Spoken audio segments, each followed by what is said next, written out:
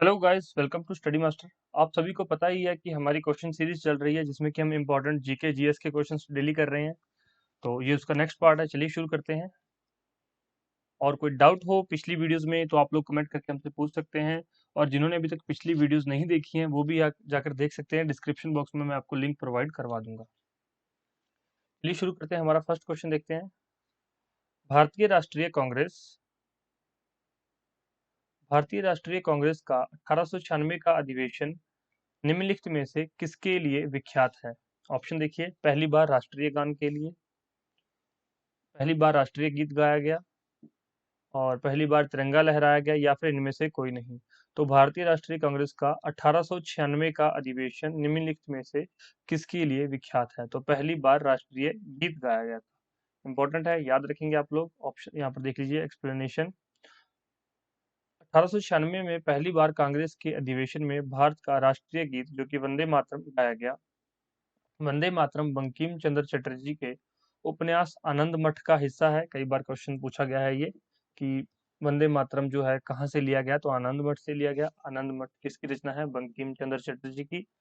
यह 1937 तक भारत का राष्ट्रीय गान रहा। उसके बाद राष्ट्रीय गान को जो है अडॉप्ट किया गया था। इसके अलावा कुछ और इम्पोर्टेंट इन्फॉर्मेशन कि 1896 में 1896 में अधिवेशन हुआ, तो अधिवेशन के कोई अध्यक्ष रहे होंगे, तो कौन थे वो? एम रहीमतुल्ला। याद रखना, एम रहतुल्ला सयानी। तो ये नाम याद रखेंगे आप लोग। 1896 में अध्यक्ष थे। अगर आपसे कोई पूछ ले कि कांग्रेस का पहला अध्यक्ष कौन था, या कांग्रेस की स्थापना कब हुई थी, तो 1885 में एओ ह्यूम के द्वारा की गई थी। और पहला अध्यक्ष कौन था? W C Banerjee. पहली मीटिंग कहाँ पे हुई थी? बम्बई में, गोकुलदास तेज कॉलेज में। और कितने पार्टिसिपेंट ने पार्टिसिपेट किया था? 72 डेलीगेट्स या फिर प्रतिनिधि ने इसमें जो है पार्टिसिपेट किया था। तो ये छोटे छोटे क्वेश्चंस हैं जो जनरली एग्जाम में बन जाते हैं और पूछ लिए जाते हैं। तो आप सभी को इन क्वेश्चंस के बारे में पता होना चाहिए। नेक्स्ट क्वेश्चन देखिए। निम्नलिखित में से किस गवर्नर जनरल को भारतीय प्रेस का मुक्तिदाता कहा जाता है? निम्नलिखित में से किस गवर्नर जनरल को भारतीय प्रेस का मुक्तिदाता कहा जाता है? ऑप्शन देखिए यहाँ पर। Lord William Bentinck, sir Charles Metcalfe, Lord Auckland, या फिर लॉर्ड एलनबरो। राइट आंसर क्या है? Sir Charles Metcalfe. Important information note कर लीजिए। सर चार्ल्स मेटकॉफ 20 मार्च 1835 से लेकर 4 मार्च 1836 तक यहाँ पर जो है भारत के गवर्नर जनरल रहे थे। उन्होंने प्रेस को पूर्ण रूप से स्वतंत्रता दे दी थी, इसलिए उन्हें भारतीय प्रेस का मुक्तिदाता भी कहा जाता है। तो यहाँ पर ये सही कर लीजिए, यहाँ पर 1836 आएगा। नेक्स्ट क्वेश्चन देखिए। डेविस कप की तरह महिलाओं का टूर्नामेंट कप कौन सा है? तो डेविस कप जो है पुरुषों का है, टेनिस टूर्नामेंट कप है। तो महिलाओं के लिए ऐसा कौन सा कप होता है? Hopman Cup, Fed Cup, BMW tournament, या फिर मिलरॉज ओपन। तो राइट आंसर क्या है? Fed Cup. सही उत्तर क्या है? बी। देख लीजिए। फेड कप अंतरराष्ट्रीय टेनिस फेडरेशन द्वारा आयोजित महिलाओं का टूर्नामेंट है। आईटीएफ इंटरनेशनल टेनिस फेडरेशन द्वारा आयोजित पुरुषों का टूर्नामेंट जो है डेविस कप है। तो मेल्स के लिए कौन सा है? Davis cup.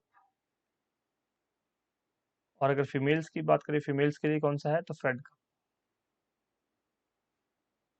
टेनिस फेडरेशन के द्वारा करवाए जाते हैं, इंटरनेशनल टेनिस फेडरेशन के द्वारा। दोनों ध्यान रखेंगे आप लोग। नेक्स्ट देखिए। सैंडी स्टॉर्म किस क्रिकेटर की आत्मकथा है? सैंडी स्टॉर्म किस क्रिकेटर की आत्मकथा है? दिलीप वेंगेसरकर, मोहिंदर अमरनाथ, संदीप पाटिल, या फिर रॉजर बिन्नी। राइट आंसर क्या है? संदीप पाटिल। संदीप पाटिल भारत के पूर्व क्रिकेटर और पूर्व बीसीसीआई के अध्यक्ष हैं, जिनकी आत्मकथा का नाम सैंडी स्टॉर्म है। एग्जाम में पूछा जाता है सैंडी स्टॉर्म, तो स्टूडेंट्स को पता नहीं होता। नेक्स्ट क्वेश्चन देखिए। वॉली, स्मैश, सर्विस शब्द किस खेल से संबंधित है? यहाँ पर तीन शब्द हैं। पहला है वॉली, दूसरा है स्मैश, और तीसरा है सर्विस। यह तीनों शब्द किस खेल से संबंधित हैं? Table tennis, lawn tennis, volleyball, या फिर हैंडबॉल। राइट आंसर क्या है? लॉन टेनिस से संबंधित हैं ये वर्ड्स। तो वॉली, स्मैश और सर्विस शब्द किससे संबंधित है? लॉन टेनिस से। ध्यान रहेगा आप सबको। नेक्स्ट क्वेश्चन देखिए। किसके काल को मुगल चित्रकला का स्वर्ण काल कहा जाता है? जो मुगल पेंटिंग का गोल्डन एज किसे कहा जाता है? अकबर, जहांगीर, शाहजहां या फिर औरंगजेब? तो राइट आंसर यहाँ पर क्या है, जहांगीर के काल को मुगल काल का जो स्वर्ण काल कहा जाता है।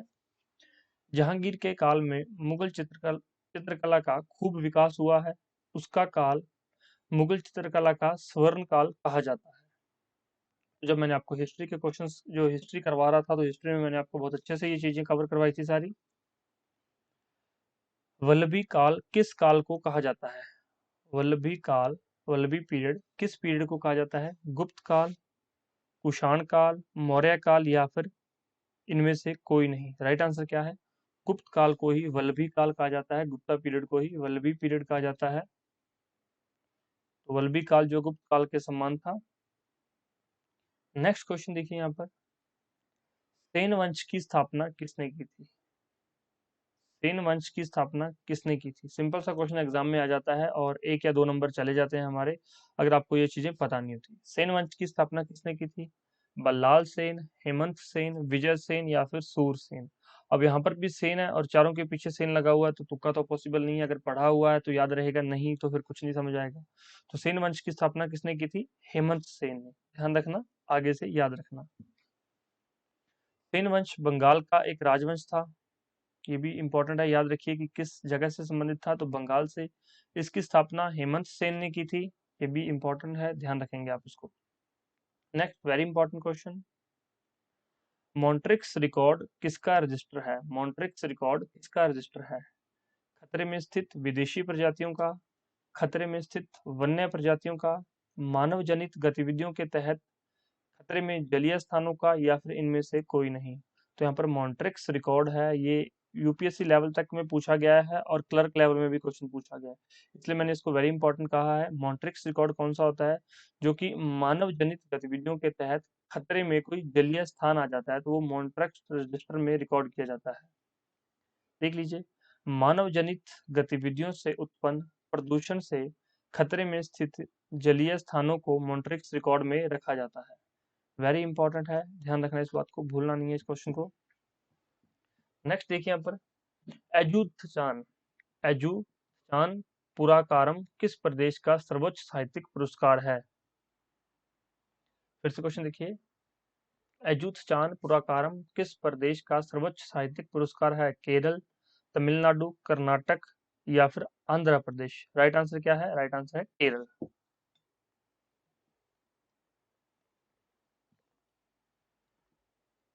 देख लीजिए यहाँ पर, एजुथचान पुराकारम केरल का सर्वोच्च साहित्यिक पुरस्कार है।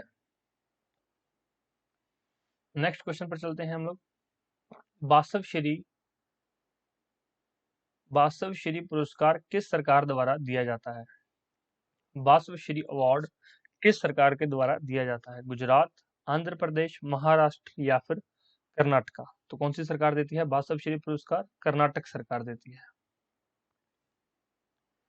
बासव श्री पुरस्कार कर्नाटक सरकार द्वारा दिया जाता है। सामाजिक सुधार और सामाजिक परिवर्तन की दिशा में योगदान के लिए यह पुरस्कार दिया जाता है।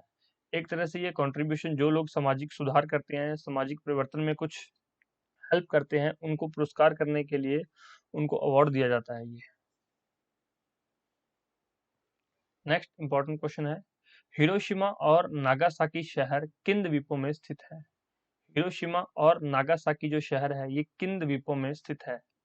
होन्शु और क्यूशु, होन्शु और शिकोकू, होक्काइडो और क्यूशु या फिर क्यूशु और शिकोकू?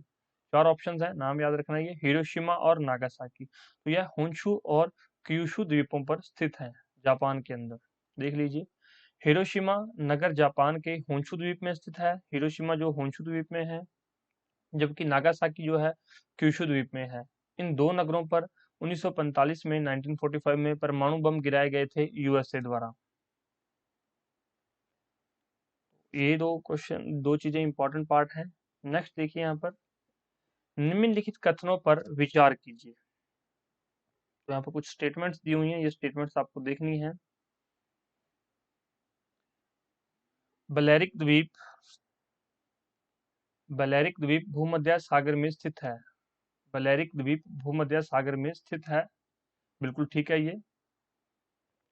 कॉर्सिका और सार्दिनिया द्वीप इटली की पश्चिम में स्थित है। कोर्सिका और सार्दिनिया द्वीप ये भी इटली की पश्चिम में स्थित हैं, ये भी दोनों ठीक हैं पार्ट। तो उपरोक्त में से कौन से कथन सत्य हैं? तो ये दोनों ही कथन यहाँ पर ठीक है, 1 और 2 दोनों सही हैं। याद कर लीजिए अगर पता नहीं है तो, कि बोलेरिक द्वीप जो है वो भूमध्य सागर में है और कोर्सिका और सार्दिनिया द्वीप इटली में स्थित है। देख लीजिए यहाँ पर, बोलेरिक द्वीप समूह स्पेन का हिस्सा है और यह द्वीप जो समूह भूमध्य सागर में स्थित है। इसका कुल क्षेत्रफल 4,992 किलोमीटर है और सार्दिनिया जो है सिसिली के बाद भूमध्य सागर में स्थित दूसरा सबसे बड़ा द्वीप है, जो कि इटली का स्वायत्त क्षेत्र है। तो ये दो चीजें आप याद रखेंगे कि इटली के अंदर है सार्दिनिया और स्पेन में है बलेरिक द्वीप। नेक्स्ट क्वेश्चन पर चलते हैं। भारत के विशाल मैदानों के संबंध में निम्नलिखित में से कौन सा कथन सही है? और एक और छोटी सी चीज मैं आपको बता देता हूँ यहाँ पर। कई बार क्या होता है, इतना सा क्वेश्चन पूछा जाता है कि सार्दिनिया द्वीप किस देश में है? सार्दिनिया द्वीप किस देश में है? तो इटली में है, ये ध्यान रखना। या फिर बेलेरिक द्वीप किस देश के अंदर है? तो स्पेन में है। तो अगर इसी क्वेश्चन में से दो क्वेश्चन निकालने हो तो भी बन सकते हैं, किसी सब इंस्पेक्टर के एग्जाम में या फिर किसी पुलिस एग्जाम में पूछे जा सकते हैं। अगर मान लीजिए ये यूपी पीसीएस में पूछा जाए तो ये फिर ये इस तरह से बड़ा क्वेश्चन बनाकर पूछा जाता है। तो मतलब मेरे कहने का तात्पर्य क्या है कि जीके और जीएस क्वेश्चन का लेवल सेम रहता है, क्वेश्चन का बस थोड़ी फॉर्मेशन में फर्क आ जाता है, चीजें सेम पूछी जाती हैं। अगर इस तरह से पूछ लिया जाए तो ये यूपी पीसीएस में पूछा गया क्वेश्चन है, और अगर इसको अलग अलग करके पूछ लें तो ये यूपी एसआई में पूछा गया क्वेश्चन है, या फिर वो हरियाणा पुलिस के लिए या हरियाणा सिविल सर्विसेज के लिए पूछा गया क्वेश्चन है। तो इस तरह से ध्यान रखना।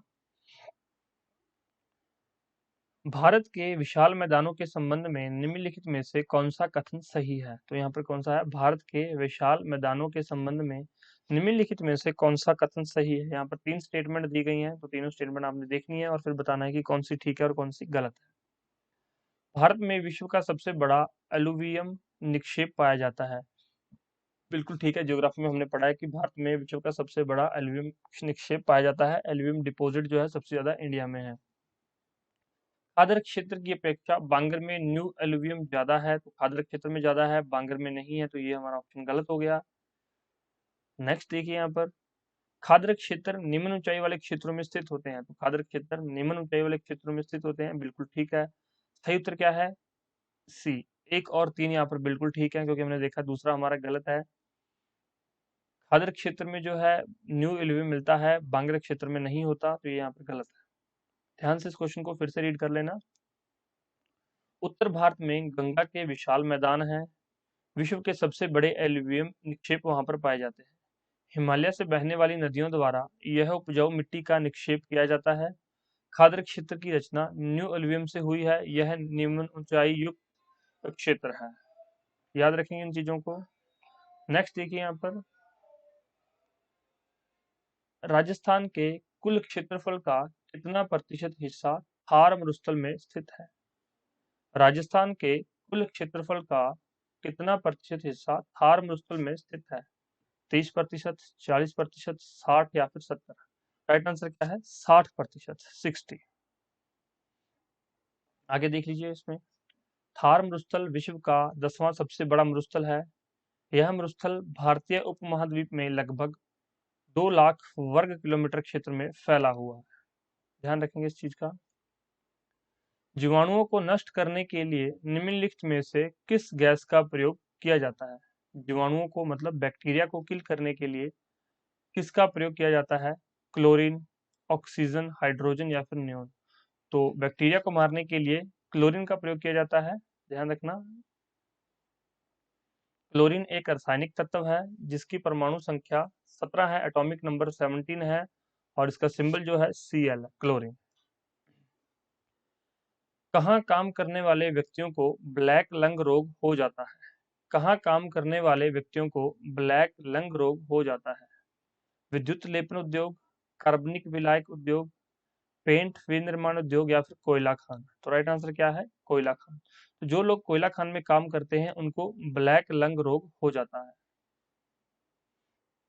कोयला खदानों में काम करने वाले मजदूर वर्कर के फेफड़ों में सांस लेने से कोयला के धूल कण चले जाते हैं, जिससे उन्हें ब्लैक लंग रोग हो जाता है।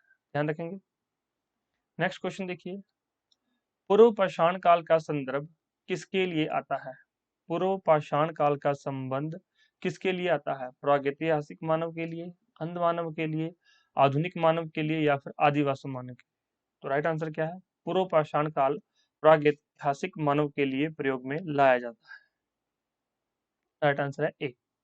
देखिए यहाँ पर पूरा पाषाण काल अंग्रेजी में बोलते हैं पैलियोलिथिक।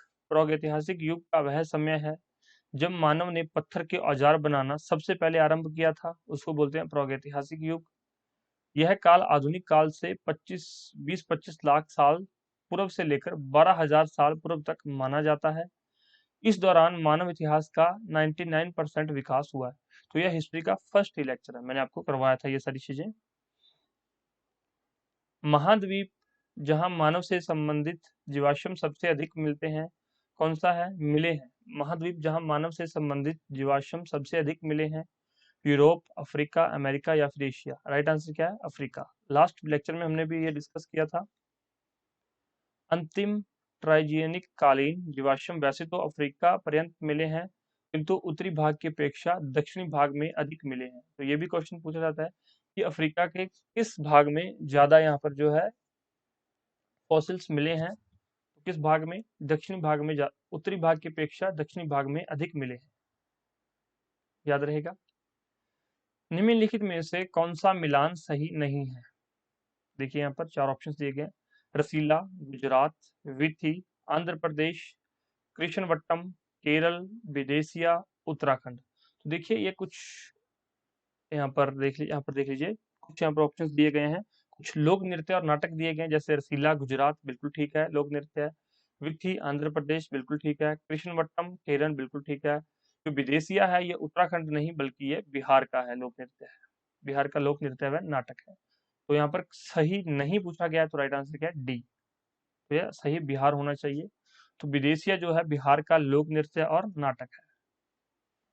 नेक्स्ट देखिए, निम्नलिखित में से कौन सा पुरस्कार के बिड़ला फाउंडेशन द्वारा हिंदी में श्रेष्ठ कार्य के लिए दिया जाता है? तो यहाँ पर देखिए ये जो पुरस्कार दिए गए हैं, ये अगर आपने थोड़ा बहुत पढ़ा हो तो पता है, सबको पता होगा कि के बिड़ला फाउंडेशन द्वारा ही दिए जाते हैं, के बिड़ला फाउंडेशन द्वारा। लेकिन यहाँ पर पूछा गया कि हिंदी में श्रेष्ठ कार्य के लिए कौन सा पुरस्कार दिया जाता है? तो हिंदी में श्रेष्ठ कार्य के लिए व्यास सम्मान जो है दिया जाता है। राइट आंसर जो है बी, व्यास सम्मान, व्यास पुरस्कार के बिरला फाउंडेशन द्वारा हिंदी में श्रेष्ठ कार्य के लिए दिया जाता है। याद रहेगा। हालांकि ये सरस्वती सम्मान भी दिया जाता है, राजहर्ष सम्मान भी दिया जाता है के बिरला फाउंडेशन द्वारा, लेकिन ये अलग अलग कामों के लिए दिया जाता है। नेक्स्ट देखिए यहाँ पर, मोहम्मद बिन कासिम ने भारत पर आक्रमण कब किया? मोहम्मद बिन कासिम ने भारत पर आक्रमण कब किया? 711 में, 712, 713 या फिर 714 में? राइट आंसर क्या है? 712 एडी में। मोहम्मद बिन कासिम ने 712 ईस्वी में भारत पर आक्रमण किया था। उस समय सिंध के राजा दाहिर थे। बिल्कुल सही है, बिल्कुल ठीक है, आपको पता होगा ये कि उस समय सिंध के राजा जो दाहिर थे, और 712 एडी में मोहम्मद बिन कासिम ने भारत पर आक्रमण किया था। नेक्स्ट क्वेश्चन देखिए, लिंगराज मंदिर किस प्रदेश में स्थित है? लिंगराज मंदिर जो है किस प्रदेश में स्थित है? उड़ीसा, आंध्र प्रदेश, उत्तर प्रदेश या फिर कर्नाटक? सही उत्तर क्या है? लिंगराज मंदिर जो कहाँ पर है? उड़ीसा के अंदर है। देख लीजिए इंपॉर्टेंट इन्फॉर्मेशन, लिंगराज मंदिर उड़ीसा की राजधानी भुवनेश्वर में स्थित है। इसे जयजती केशरी ने बनवाया था। जयजती केशरी, यह 11वीं सदी में बनाया गया है, लेकिन फिर भी इसके कुछ हिस्से 1400 साल पुराने हैं। ध्यान रखेंगे, ये जयजती केशरी जरूर याद रखना, कई बार किस एग्जाम में पूछ लिया जाता है कि लिंगराज मंदिर जो उड़ीसा के अंदर है वो किस जनजाति, किसके द्वारा बनवाया गया था? तो जयजती केशरी के द्वारा बनवाया गया था। नेक्स्ट देखिए, सुप्रीम कोर्ट के जजों की संख्या को कौन बदल सकता है? सुप्रीम कोर्ट के जो जज होते हैं उनकी संख्या को कौन बदल सकता है? राष्ट्रपति का आदेश, कानूनों द्वारा, संसद, सुप्रीम कोर्ट की अधिसूचना या फिर केंद्र सरकार की अधिसूचना? तो संसद जो है सुप्रीम कोर्ट के जजों की संख्या को बदल सकती है। तो सही उत्तर क्या है? बी। संसद को कानून बनाने का अधिकार है। संसद कानून द्वारा जजों की संख्या को बदल सकती है। प्रारंभ में सुप्रीम कोर्ट में 7 ही जज थे, उसके बाद 10, 13, 17, 25, 31 और अभी प्रेजेंट में यहाँ पर 34 है। एक यहाँ पर चीफ जस्टिस और 33 बाकी जजेस यहाँ पर सुप्रीम कोर्ट के अंदर होते हैं, और ये टाइम टू टाइम बढ़ते रहते हैं। ध्यान रहेगा आप सबको। केंद्र शासित प्रदेश लक्षद्वीप के न्यायिक क्षेत्र का कार्य कौन सा न्यायालय करता है?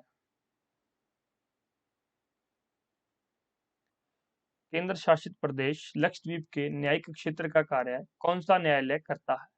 Tamil Nadu high court, Kerala high court, Calcutta high court या फिर बॉम्बे हाई कोर्ट। तो इसमें सही उत्तर क्या है? Kerala high court. और कलकत्ता हाई कोर्ट किस जो है यहाँ पर यूनियन टेरिटरी के जुरिडिक्शन संभालता है? मैंने आपको लास्ट लेक्चर में बताया था, किसी को याद है तो बताइए। कलकत्ता हाई कोर्ट की बेंच जो है किस यूनियन टेरिटरी का न्यायिक क्षेत्र का काम करती है? चलिए, इसका सही उत्तर क्या है? Kerala high court. इससे रिलेटेड इंपॉर्टेंट इन्फॉर्मेशन देख लीजिए। केरल हाई कोर्ट केरल और लक्षद्वीप का हाई कोर्ट है, यह कोच्चि में स्थित है। इसकी स्थापना 1956 में हुई थी। याद रहेगा आप सबको ये चीज। ये था हमारा लास्ट क्वेश्चन। अभी आप नीचे कमेंट कीजिए कि आपके 25 में से आपको कितने क्वेश्चन आते थे और ये सीरीज आपके लिए कितनी यूजफुल है। आपके फीडबैक हमारे लिए बहुत इंपॉर्टेंट है। आप लोग कमेंट कर सकते हैं, वीडियो को लाइक कर दीजिए, शेयर कर दीजिए, किसी जरूरतमंद तक ये पहुंच जाए, और सब्सक्राइब जरूर कीजिए। इससे आपको जो है वीडियो का नोटिफिकेशन मिल जाएगा। पीडीएफ के लिए आप हमारा जो टेलीग्राम चैनल है वो ज्वाइन कर सकते हैं, डिस्क्रिप्शन बॉक्स में लिंक है। आप हमारी ऑफिशियल वेबसाइट है www.studymasterofficial.com, ये विजिट कर सकते हैं। यहाँ पर आपको और भी क्वेश्चंस मिल जाएंगे। हमारी ऑफिशियल ऐप है एंड्रॉयड ऐप, वो भी डाउनलोड कर सकते हैं। वहाँ पे भी आपको काफ़ी चीज़ें फ्री ऑफ कॉस्ट मिल जाएंगी। और कोई डाउट हो तो आप हमसे पूछ सकते हैं। प्रैक्टिस ही आपको जो है पार लगाएगी। Practice can make you succeed. इसके अलावा किसी को टेस्ट सीरीज चाहिए हो, स्टडी मटेरियल की ज़रूरत हो, नोट्स चाहिए हो, तो आप लोग हमें कॉल, व्हाट्सएप, टेलीग्राम पर कांटेक्ट कर सकते हैं इन नंबर पर। कॉल करने से पहले एक बार व्हाट्सएप करके सारी डिटेल जान लीजिए। उसके बाद कोई भी डाउट हो तो आपको जो है कॉल पर भी बता दिया जाएगा। चलिए ठीक है, thank you so much, take care, bye bye. अपना फीडबैक जरूर देना। Thank you so much. और जिन्होंने पुराने लेक्चर्स अभी तक नहीं देखे हैं, डिस्क्रिप्शन बॉक्स में लिंक दिया गया है, वहां से जाके पुराने लेक्चर्स देख लीजिए। धन्यवाद।